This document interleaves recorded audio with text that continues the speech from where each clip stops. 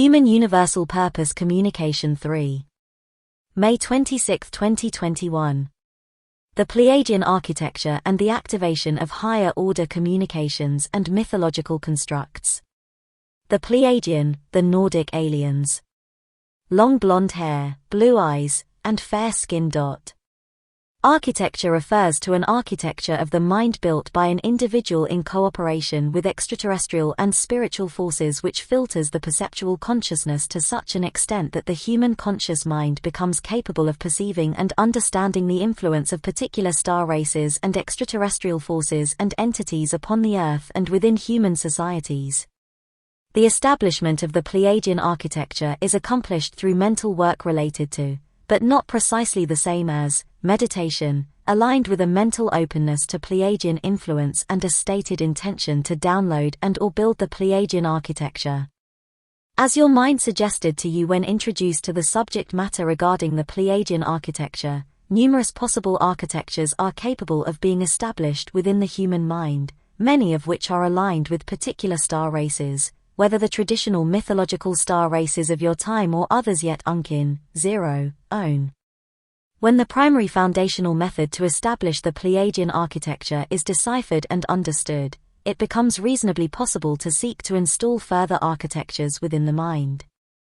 It may also be possible to construct technologies capable of creating and installing various architectures in human minds, both at an individual and at a group level. Humans who harbor extraterrestrial architectures are a form of extraterrestrial-human hybrid.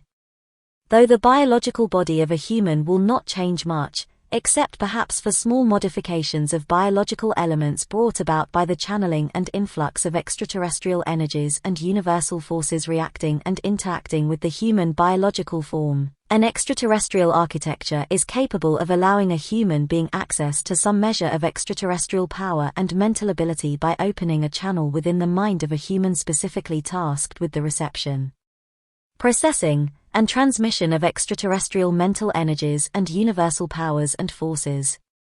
Not only does the extraterrestrial architecture allow for the channeling and influx of extraterrestrial power, perceptions, and mentality, and the corresponding universal equivalents, but an extraterrestrial architecture allows the human mind to hold and store extraterrestrial and universal powers, forces, and the like within the human mind.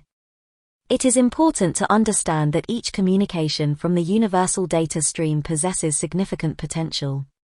However, the potential in a particular message is seldom activated automatically.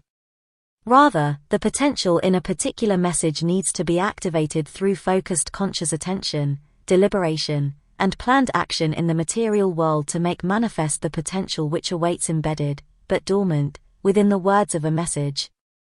Those messages that are focused upon and acted upon and in accordance with the stream of the messages are the most likely messages to be activated.